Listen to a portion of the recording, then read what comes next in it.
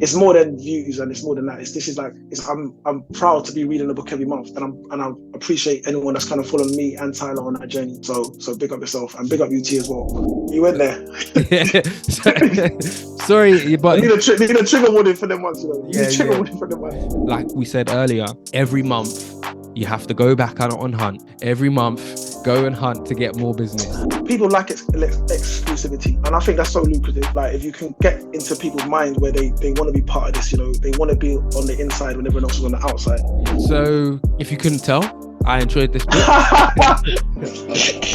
Welcome back to The Power of Pages. I go by Ty. Yes, it's Mr. Fly. It's good. So this month we decided to read The Automatic Customer. And this is a book that I chose to pick. Well, I was influenced to pick it. I met someone that... Go on. T, can I just say, yeah, your intro has given it all away. You're just smiling, your intro. I already know what your rating is going to be. Sorry, please carry on. Why can't I just be in a good mood? The energy is different. The energy is different, man. Go on, carry on. You know what I'm saying? That's why you're laughing.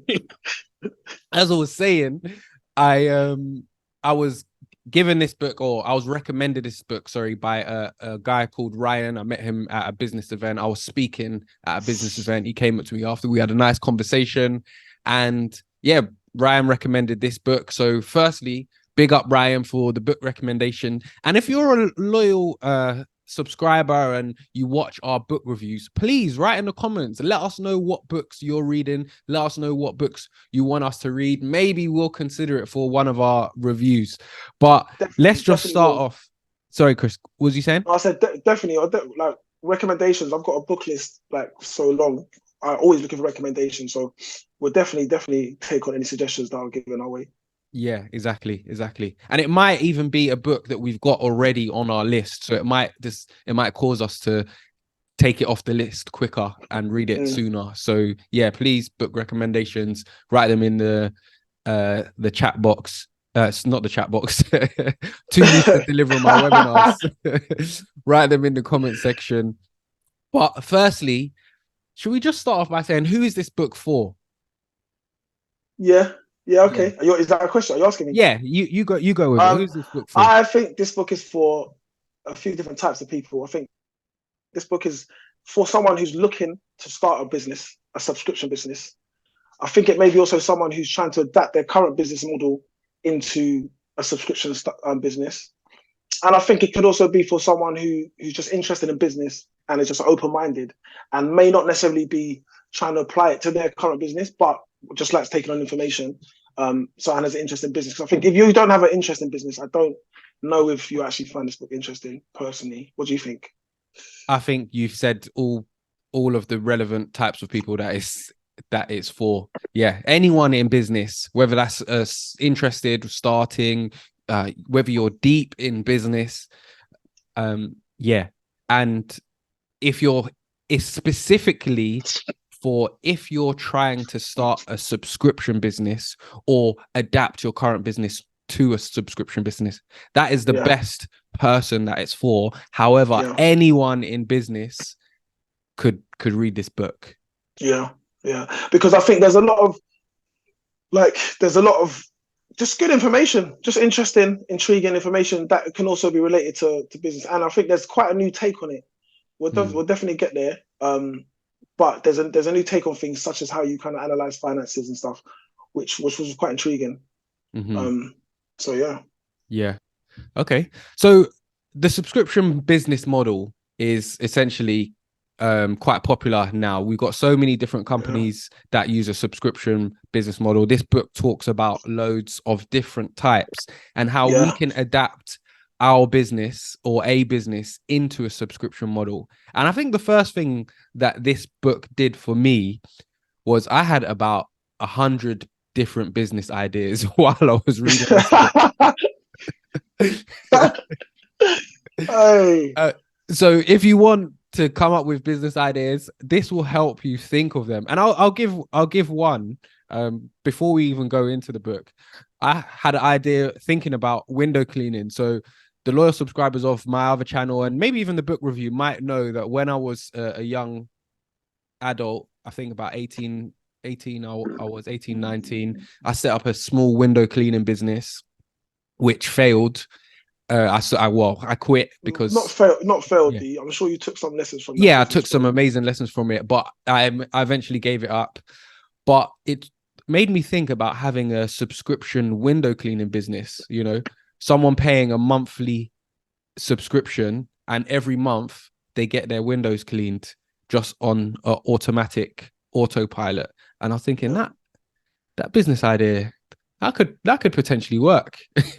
And I Yeah. also think of it as well, there's probably people doing it because where I live, the windows get cleaned. Yeah, it must be, once a month. Yeah, I think it's about once a month that the guy comes cleaned. Same guy. I imagine he's on some kind of, whether it's a subscription or some kind of contract, but it's recurring business for him. No, I think with, like you said, as the first chapter, like who wins in the subscription economy, that those two words, subscription economy, kind of like, and it definitely mentions because of the internet and the availability of things. But there's two types. You've got like online and I guess offline subscriptions. But there's definitely been the author refers to it as like a subscription model renaissance, where just kind of like all of a sudden a lot of things are moving over to subscriptions. Things are changing where they don't want you to. I mean, yeah, like for example, I watch WWE from time to time. Yeah, so that went from they do pay-per-views, or they used to do pay-per-views. So every month it's a different pay-per-view, XYZ. Now anyone that watches WWE knows that now they've changed to they've got the online. Basically, you can subscribe to it. I forget what it's called, but you can subscribe online. So now you get that subscription. You just get those pay-per-views a standard part of your subscription. Do you know what I mean? It's been tried in boxing as well. Yeah, you've got subscription services as well. The Zone, for example. So this is definitely that's the old style. Is that we just push events and we push events and we push this single product or service. Buy a new one, whatnot. Where now it's like, okay, we'll charge you less upfront potentially, and then you just get this as part of your regular service, but you're making a consistent payment. And that, for me, I think that hit more around Netflix was the first. I think that I don't know. I feel like that made it kind of into the culture personally. Like for me anyway, where I was like, oh, you can just subscribe to something and you just get it every month. Do you know what I mean? That was the first one that kind of really broke through, in my opinion. And I think now it's been applied to offline stuff as well. Like you said, there's definitely, and it talks about in the book some really good examples. There's definitely like people that you can subscribe to a service that's offline service that you can still just pay that money every month, and this is going to happen. There's one I won't bring it up now, but in the book that I thought was a really good idea. But Yeah. Well, let's go on and talk about some examples, because the book highlights different types of businesses and how they've adapted their business and changed their subscription model. And I think the author starts off with his business. I believe, if I'm correct, he had some kind of consultancy business, and he Warrillow and Co. And he had 100K of monthly expenses, and he had to make that money every month. And it's kind of like in a lot of businesses, every month you got to go again. You got to go again and try to earn money. So this month, cool, you might have had a good month. Next month, cool, you got to go out and do it all again and earn money again. And that can be extremely hard and extremely tiring for business owners. And he realized, actually, if I got the money up front and this was on a recurring system, I wouldn't have to go out on hunt for work every month. This could just be automatic, hence the name, or the automatic customer. And then he wouldn't have to worry about trying to get 100K worth of expenses, salaries, and all of that every month. And he changed his consultancy business to a subscription business. He managed to convince his clients to do it on a recurring monthly basis. And this transformed his income and the way his business went on. Now, he did have challenges with it, which I'm sure we'll talk about challenges at some point in this review. But that was the first eye-opener to the book, I believe, the first story he was giving his personal example. I think what it does is, from a business owner perspective, and again, this goes to someone that it's different levels, but whether you're thinking of starting a business or if you already have a business, that every month, if you're having to go out and hunt for new sales, not only use the word subscription, but new sales, new money basically every month. It's a bit of pressure applied to that. Whereas if you know, right, I've got X amount of subscribers, you can kind of bank on that money. Okay, regardless of depending on what your subscription is, you can bank on every month. This amount is coming in to the cash flow every month on this date, which takes a lot of pressure off, as opposed to like not knowing, So that's definitely the benefit of it. And he did apply, but then what happens? Like he talks about how that kind of affects, because in the interim, in the initial period, that could really affect. You've got to make sure you have the cash flow, you've got the reserves or whatnot to kind of to stuff that blow. Because what he was saying was, his original price up front was like $1,000 or something like that, right? Because now they're subscribing, that $1,000 goes way down to, let's say it's $100 a month. So now instead of over time, it starts to compound over time and build up over time. So that's something that A, you wouldn't necessarily be aware of, and B, you need to be prepared for that, because your cash flows, you're going to be able to have to, over time, it's going to definitely pay dividends, but in the initial startup period, it's going to take its impact on your cash flow, which was interesting. Yeah. And it's that I think the subscription model is a complete change in mindset. Yeah. Because it's that delayed gratification, right? In the short term, it seems like you could even be losing money, or it will look like you're losing money on paper. But in the long term, as you've got these guaranteed customers that they're paying every month, and some will leave, but more will stay than leave. This compounds over time, and eventually, it makes financial sense. But at the beginning, the mindset around it could be really scary for business owners, thinking that they're just burning money. And actually, they might burn money if they don't do it correctly. I think he says, like, what happens is in the second chapter, why you need an automatic customer. It increases the lifetime value of a customer. So it changes that one-off purchase to a regular purchase. He says here the $29 sale versus a $4,524 sale. So, that one-off purchase of $29, thank you very much, nice doing business with you, versus a lifetime customer, which is going to be paying you $15, for example, a month, but they're paying that $15 a month for the next few years. You see what I mean? So you've got, man, it's like, I think it's quite straightforward. People understand subscriptions now. Yeah. That's another thing. The market is much more informed now versus maybe even 5 years ago. Do you see what I mean? Where people now are, we'll get there later on, but like, everyone is trying to move to subscriptions now. Definitely online, you've got Disney Plus, Netflix, Amazon, yada yada yada. Yeah, there's so many. So this is kind of like something, because from a subscriber's perspective, the reason you go to a subscription as well, your benefits, forget about the business owner, is because it's cheaper. It's cheaper, more convenient. But then what happens is when everyone's going to subscriptions, now you start pitting them against each other. Well, I get this for that amount, and I get that for that amount. What do I get more value from? Because I don't want to have 10 subscriptions, because all right, it's only $10 a month per subscription, but now that's £100, £10 per month. But now I've got 10 subscriptions, I'm paying £100 a month. That's a lot of money. You know what I'm saying? So like, then you start pitting them against each other, but then I think that benefits the subscriber, because everyone is trying to add more value, as we see already. So because they know that you're going to have to choose. But it increases the lifetime, from a business owner, increases the lifetime value of that customer. And I also think the subscription model brings a level of convenience, right? If you're a customer and you want to buy something, you go out and look, you buy it. But if that level of convenience, for example, instead of having to go and buy whatever you need next month, again, you've got that on a recurring basis. It means now that's just saved you time. Are there any subscription models that have got you in your personal life? Because for me, I realized, Spotify, for example, have had me for years. They take my money every single month. That's mad. Years. And the reality is they're gonna have you for they're gonna have you. You're there. You're not going anywhere. I'm not going anywhere. Yeah, that's funny, because when you were saying that, I didn't even realize. Obviously, I subscribe, not Spotify, but I subscribe as well to like a music provider, and it's like I didn't even think of it as a subscription. It's just standard, but the convenience. I get every song in the world. What's it? Tidals. I subscribe to. So like, it's just, so that is definitely one.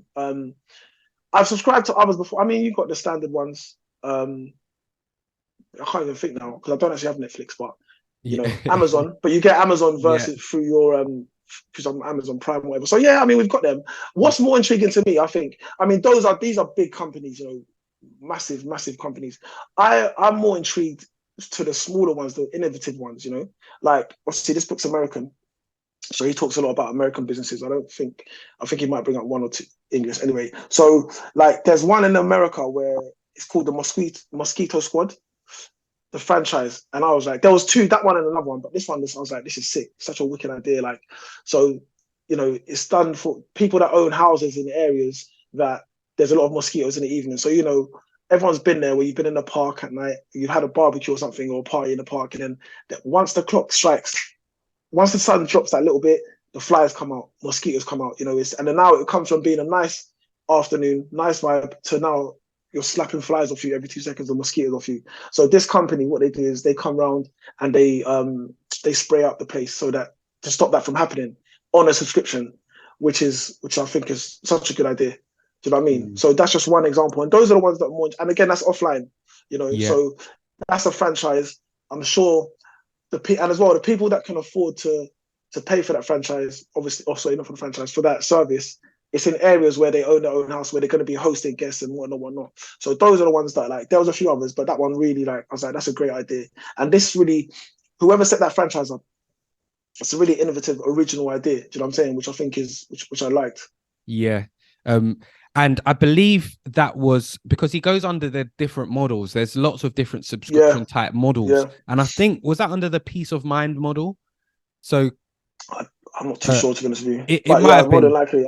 But let's talk about the peace of mind model because people sign up to subscriptions for peace of mind, to feel secure and safe. So I'll give some other examples from this. Is dog owners love their dogs, right? Pet owners love their pets.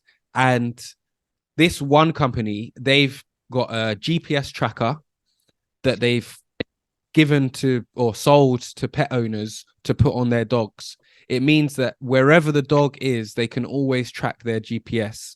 Now, this is on a monthly subscription basis. Now, the only time, in theory, that GPS tracker isn't going to be needed is when the dog dies, right? That's when that's when it's over. You went there. Sorry, but need a trigger warning for them ones, you know. You need a trigger warning for them ones. If you've got pets, sorry if I've caused any offense there. Trigger warning, bro. Yeah, but essentially that's when the subscription model ends, right? So yeah. So that model is fantastic. Pet owners have the peace of mind that if they lose their dog, they'll be able to track it.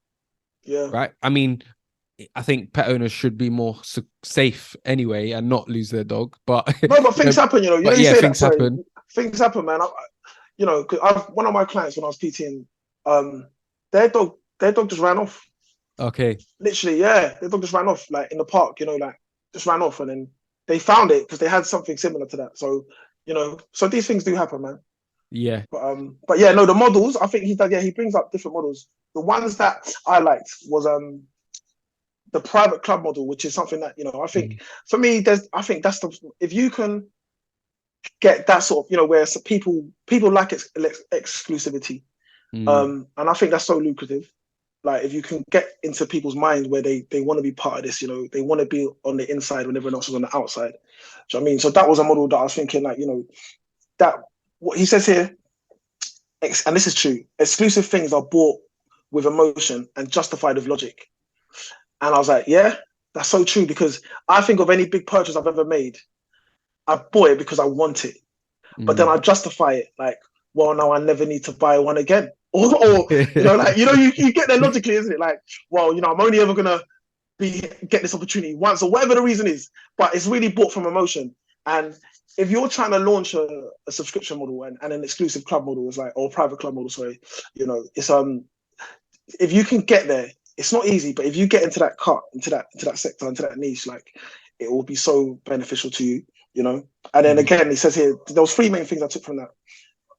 Exclusive things are bought with emotion and justified with logic. when there's more demand than supply, everybody wants to buy. I'll give a quick example. Obviously, was it Prime was out at a time when no one could get it. Obviously, everyone can Yeah, get the it now. drink. Yeah, the drink Prime. Yeah, so that was out. We was able to get it out at the gym, and we were selling it, and it was like people were literally coming, paying. We were obviously overpriced. Like it's overpriced. We were selling it cheaper than it was getting sold otherwise, but it was still more than we bought it for. But people was really trying to buy it because no one could have it. You know, people come buying it, put on Instagram, all that kind of stuff, literally coming just to buy it. Now Prime's available. You can get it anywhere. You know, there was a big hysteria at one stage. People were queuing up at Asda in the morning. You know, crazy because no one could get it. Everybody wants what they can't have. But now it's available. You can get it in any shop. The price has gone way down. You know, now it's not. No one cares anymore. Really, do you know what I mean? Because it's accessible. People always want what they can't have. And then the next one, the higher you make the barrier to entry, the more people want to climb over it. You know, again, private club model. You know, there's a lot of members only clubs that are all over. You know, and I know a friend, an associate of mine. He was telling me the barrier, the lengths he had to go to join this club. And I was like, this is crazy. He had to, obviously you've got to get referred firstly. Cool. Then you got to show, you know, I think as well with this club, he got a letter from his bank manager and from his accountant to explain how much money he had so that he could be part of this club. And I think even then, and then he sent him a blank check and just said, charge me whatever you want for the membership. This is the lengths he went to become part of this club. You see what I mean? And then, you know, I don't know if he got in the end, but these are the things, you know, if it's so easy, like, oh, we're accepting everybody, people are like, okay, well, I don't really want to be there. I want to be exclusive. I want to be around a certain type of person. So those three things really stuck out to me for that private club model.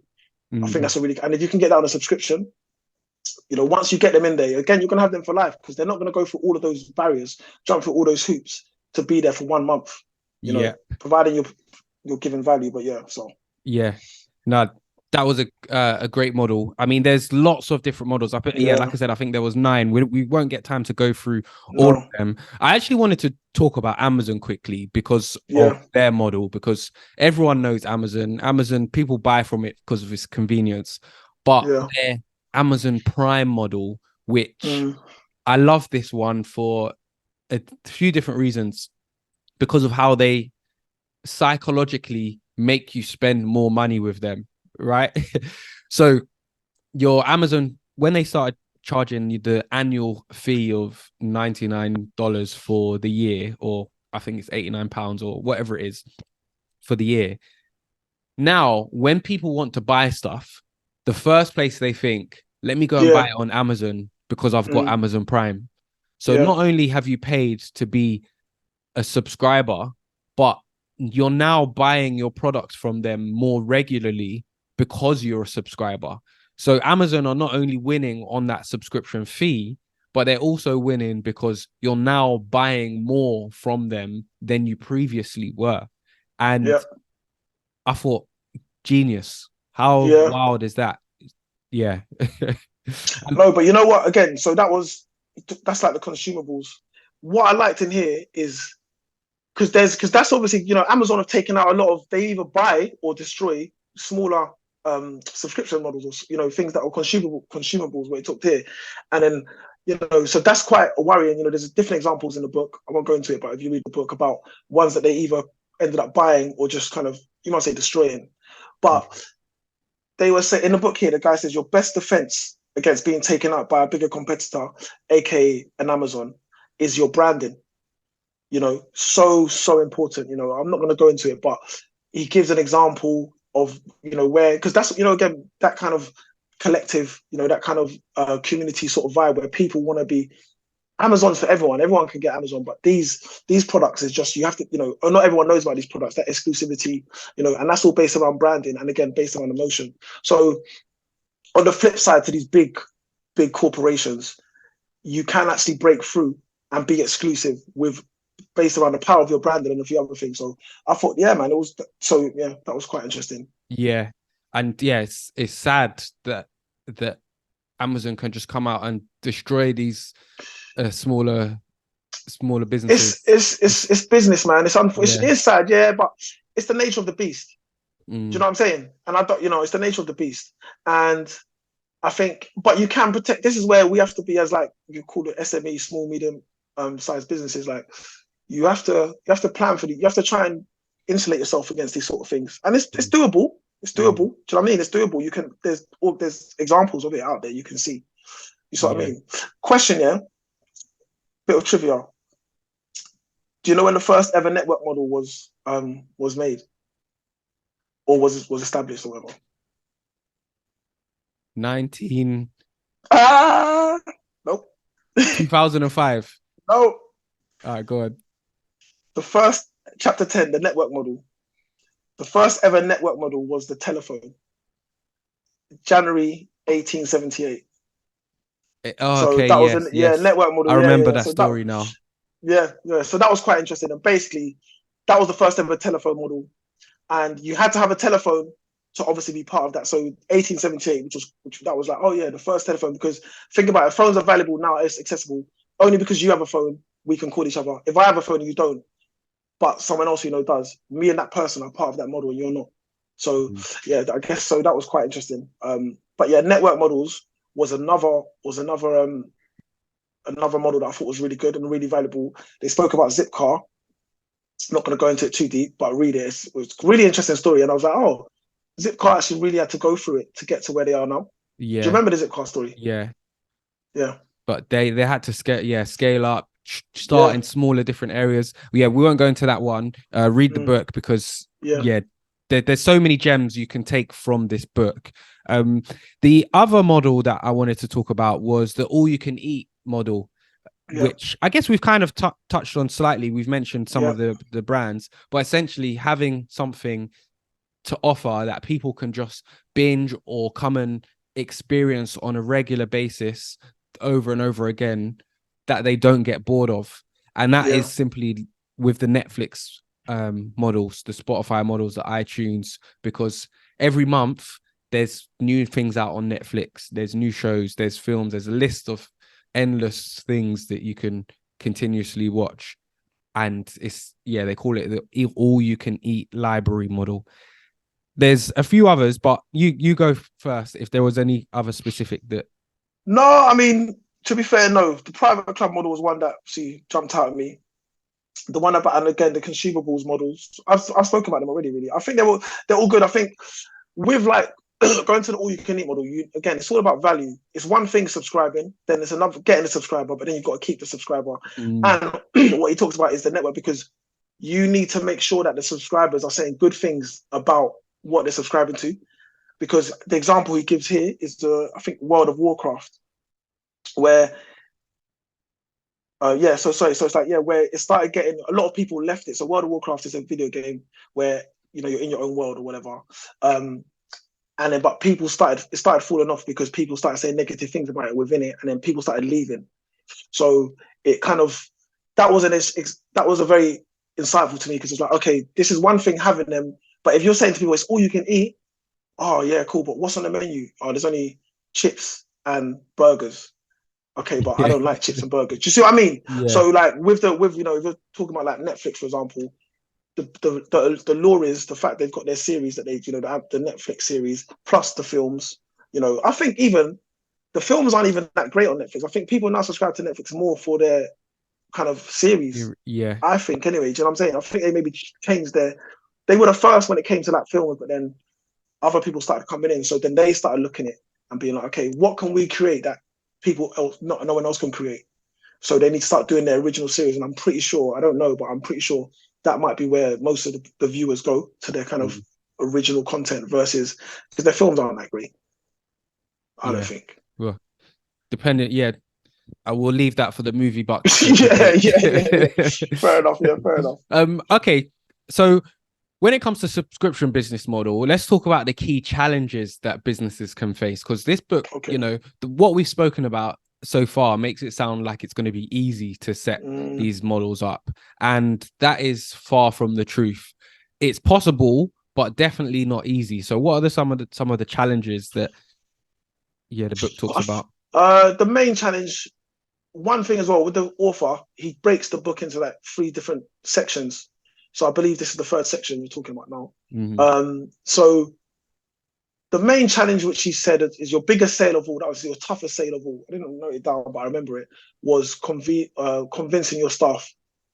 That was a key challenge. You know, if you're going from selling one thing or selling things in one style or delivering one type of service to now literally pivoting and going to another type of service or another style, and you know, as the business owner, you know why you're doing that and you know the implications of why you're doing that, but convincing your team to do it a new way, you know, why we've always done it this way, it's always worked for us, you know. So convincing them and getting them to buy in and do it properly, that was one. And then also the cash flow stuff, but maybe we'll stick on the what did you think?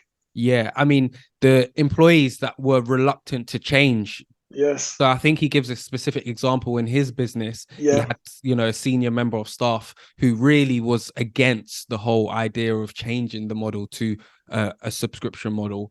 And they were continuously fighting against the idea. And even though they were a good member of staff, a good consultant, they eventually had to leave because they didn't agree with the they didn't transition. get on board. They weren't on board. Yeah, they weren't on board. Yeah, they weren't on board. So convincing staff to adopt the model, yeah, was difficult for him. And I can imagine it must be difficult for many established businesses, because as well, change brings a lot of fear, right?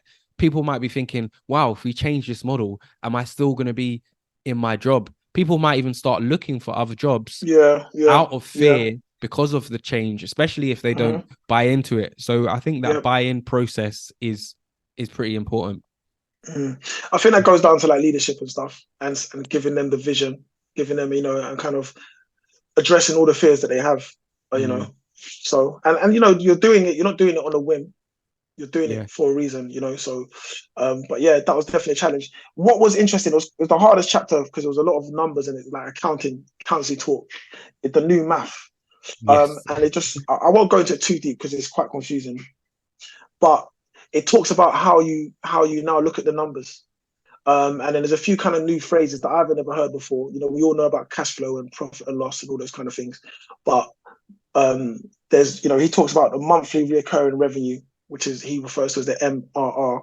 You know, there's other ones as well, which read it, but it just talks about how you now analyze your monthly finances. We spoke about it already, saying how you know, you've gone from charging £1,000 for a service to now breaking that down and charging £100 per month for, you know, so it's going to take you 10 months to get that £1,000, but you're going to hope that they're going to stay on for 10 years. So when you look at it overall, the value, so how you actually calculate that, and so you're aware where you are financially. So that's definitely one of the challenges. And again, being able, so that's a challenge, and even explain that to your staff team and saying, well, just, they'll be like, you know, that might affect, if you're doing like a commission structure, for example, that might affect their commissions in the short term, which, you know, affects their personal finances, XYZ. So that was one of the challenges. What did you think? Yeah, I think the key word that he says, and to simplify this whole section in one sentence, is make sure the maths adds up. Yeah. Pretty much. Just make sure that it makes sense, because there's all these monthly recurring revenue. He goes on to that. The LTV, which is the lifetime value. So that's so for example, Spotify lifetime value for me, there's probably, you know, a few £1,000s, because I can't see myself canceling my subscription anytime soon. And as well, I've got like the family package as well, so my sister's on my subscription, so she uses it, so I wouldn't want to cancel. Do you know what I mean? So they've got me, so that lifetime value for them is quite high from me. But obviously there are some people that will sign up, they might leave in a month or two. You've got to work out the average lifetime value and the churn rate, which you just gone. No, because you just basically said, you just basically described it. You know, people are going to leave, isn't it? Yeah. So for every 10 people like you that subscribe monthly, there's going to be a certain number that subscribe for 1 month, 2 months, 3 months, then leave. So that's called churn. And that churn is inevitable with every subscription, but you've got to keep it as low as possible. And he does talk about ways that you can, actually, we'll go into that in a minute, but ways that you can reduce that, and tactics that you can do to try and pack as much value in there from the front end, so that people, once they hit a certain, I think it's 90 days, They think once you stay on for 90 days, you're more than likely going to stay on for longer, for a long time, forever. You know, Yeah. so yeah, churn rate is important. Something you need to pay a lot of attention to. Yeah. What were some of the tactics that he mentioned to Just so like again, so the first 90 days he talks about having a lot of contact with your client. I think he calls it what did he call it? No, not give the freemium. Yeah, let me optimize the find it. onboarding process? Yeah. The 90-day onboarding clock. Yeah. So in banking, onboarding a new banking customer, the first 90 days are vital. If they remain for the first 90 days, they're more than likely to stay subscribed. And then he said it's a very sensitive period with that client because they're really aware of it. They're aware because if that's a new subscription, it's a new direct debit that's coming out. It's a new payment. So they're very aware, they're very sensitive to things. So they expect higher levels of interaction. They expect to be asked for personal information. They're still in a mode where they're still looking potentially. So they might think, oh, you know what, this option is actually better. I'm going to stop this subscription and get this subscription. You see what I mean? And then also they're much more likely to defect before actually bedding in. So be like, actually, you know what, I'm going to cut it. So that's when they're the most sensitive. So if the way to address that is, by trying to just be in tight contact with them and showing the value, demonstrating that value up front. Yeah. I mean, I want to talk on, before we go into our rating, quickly, the psychology of selling the subscription, right? Because getting people to buy your subscription in the first place is the difficult part. And it talks about some great methods that businesses and companies use, which I think we're all aware of now. Maybe we're not aware of in a framework type way, but we're aware that they exist.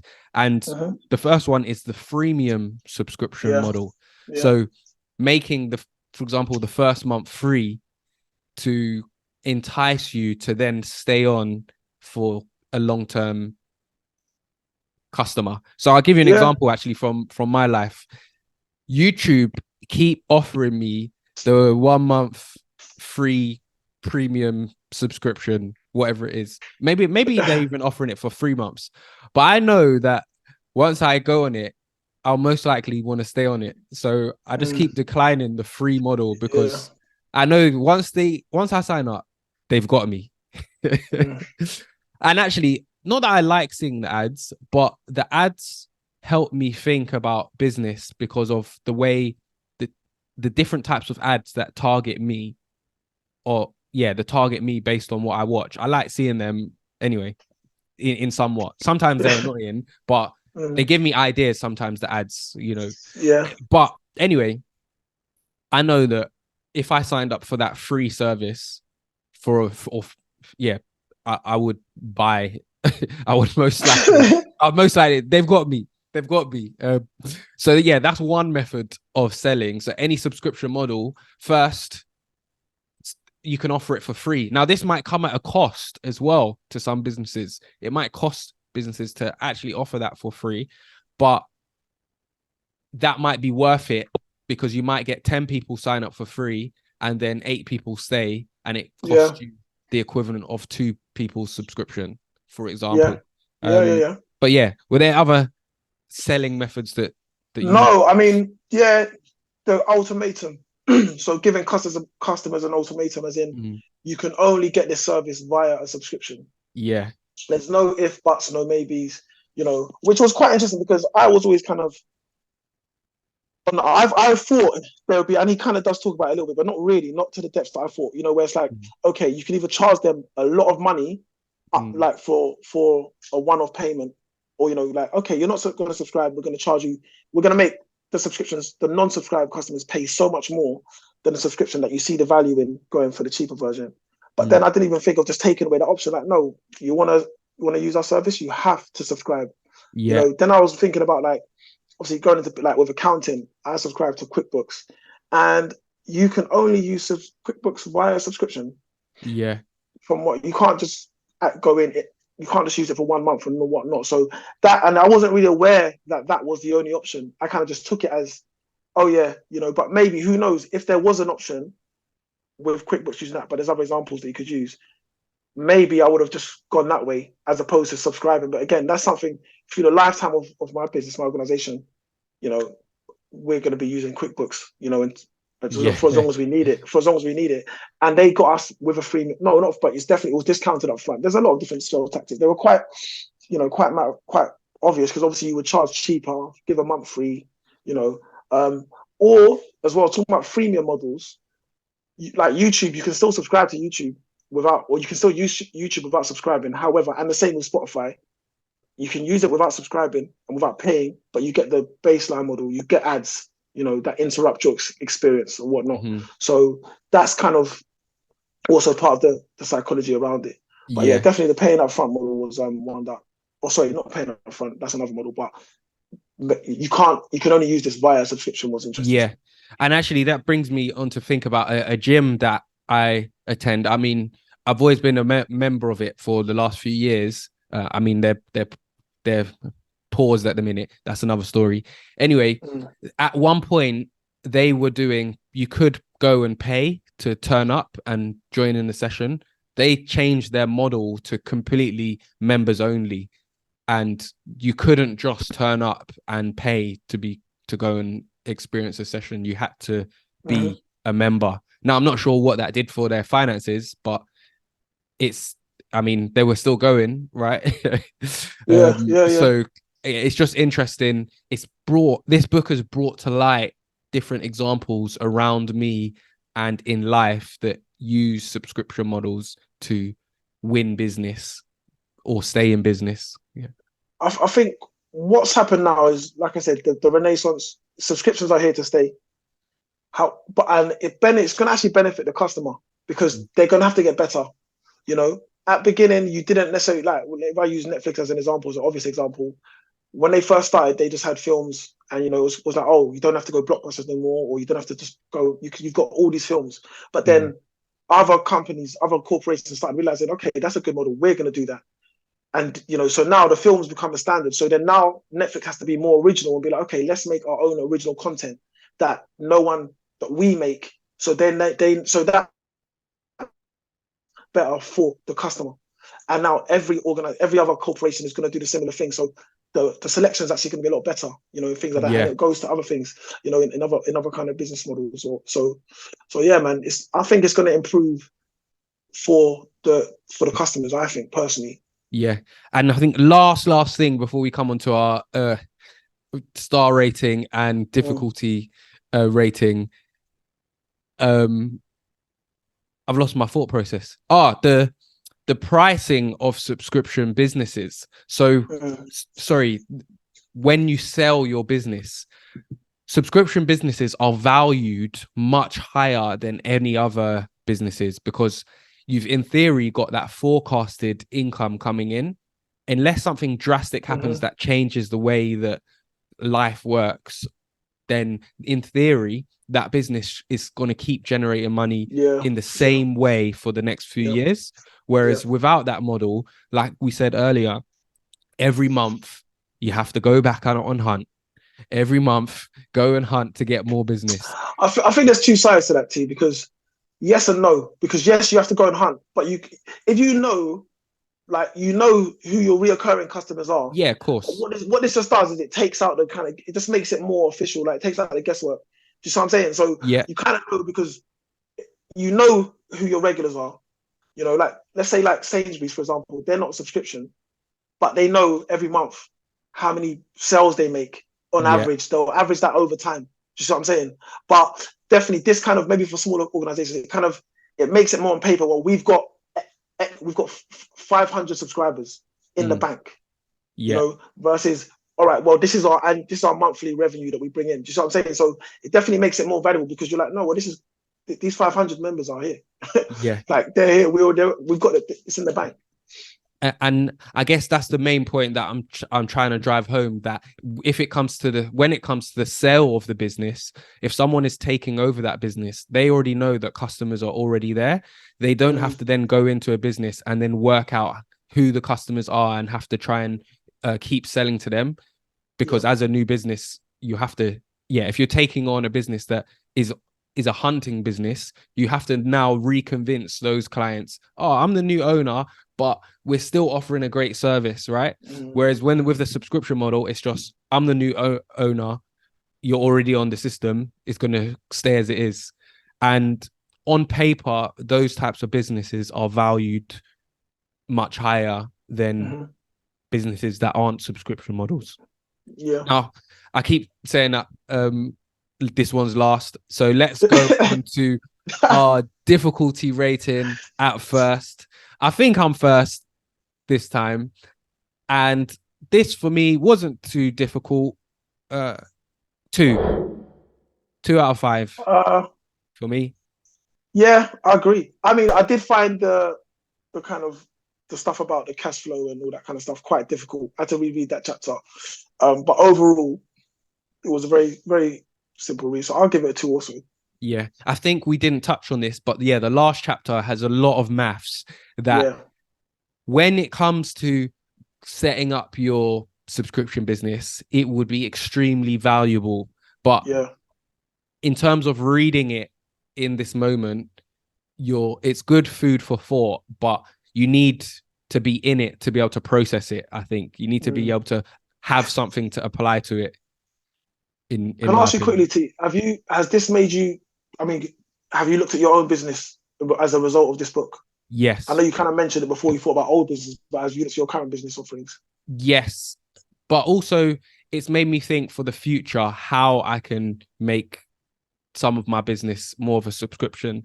It's actually made me reach out to and try and partner with someone who come up with an app idea. They've invested loads of money in a survey type employee wellbeing survey. The loyal subs know that I run an employee wellbeing business, and it's made me think about how we can work together to make that model a subscription business as part of my offering. And yeah, so yeah, it has made me think. What about yourself? Yes and no. I mean, not really, because obviously with at Fly HQ, we've got a subscription model.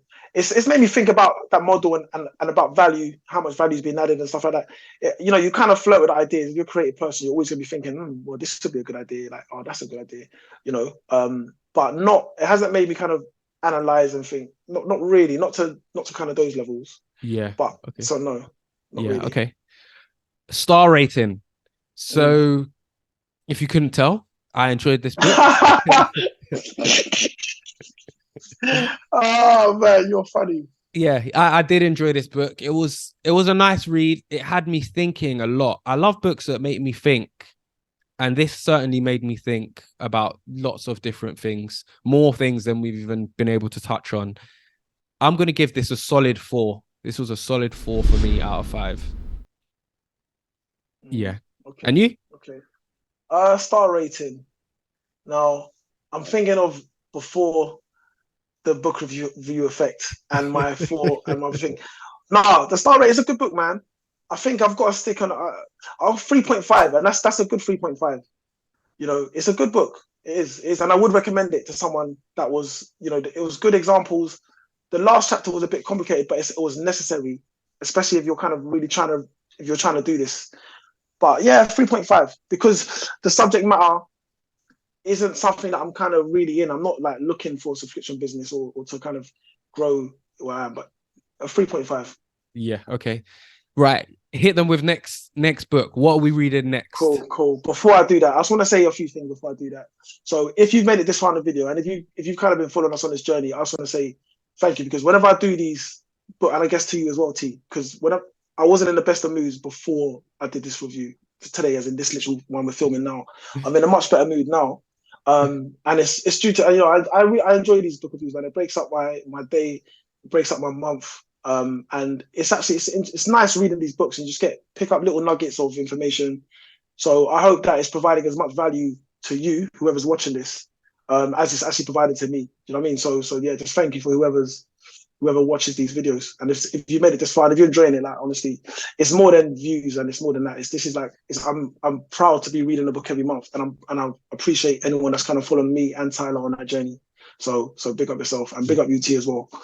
And I think this is book 31, if I'm correct. You'll find out from the thumbnail. But anyway, next book. And what a time to do it. And what a time to listen. It's time. Never finished. So David Goggins. I'm not going to go long, but I'm just going to say, everyone knows how I felt about the first book that I read. Yeah, it can't hurt me. Anyway, if you don't know, go back and get to know what's the book review. 2 reasons this book, because I bought this book when it first came out. I haven't read it yet, obviously, and I said to myself, when the time comes when I'm ready to read, when I need to read this book, the time will present itself. So it's that time. Let's just say that. Also, Tyler, if you could put the link in, everyone knows that about Fit for Life Youth CRC. I'm doing a Vitality Big Half Marathon on September the 3rd. So again, David Goggins, for other stuff as well. He's an ultra runner. We're doing that run to raise funds for our youth organization. And so the timing, I need to be in that mindset, that Goggins mindset, man. So it's time. It's time for Goggins. So yeah, you kind of brushed over it there, but if you can help support young people in the area, we're going to put a GoFundMe link in the description. Youth fundings have been cut across the whole country, and projects like yours and your organization that help support the young people do better in their life are amazing. They have such positive impact. So anyone that can donate, please do. The links in the description box. And lastly, this is book 32. I just worked it out in my head. Book 32. I just want to give us both a round of applause because we've read 32 books. I mean, we've both read more than 32 books, but as part of this book review, 1 book a month, we're 32 books in. Wow. So yeah, I look forward to the future books that we review. And like we said, please give us some recommendations in the comment section. Big up. And in fact, I'll put Goggins on the screen now. Our last book review on Goggins. Watch that so that you're ready for our next review on Goggins next time. Peace and love. Cool. Peace out.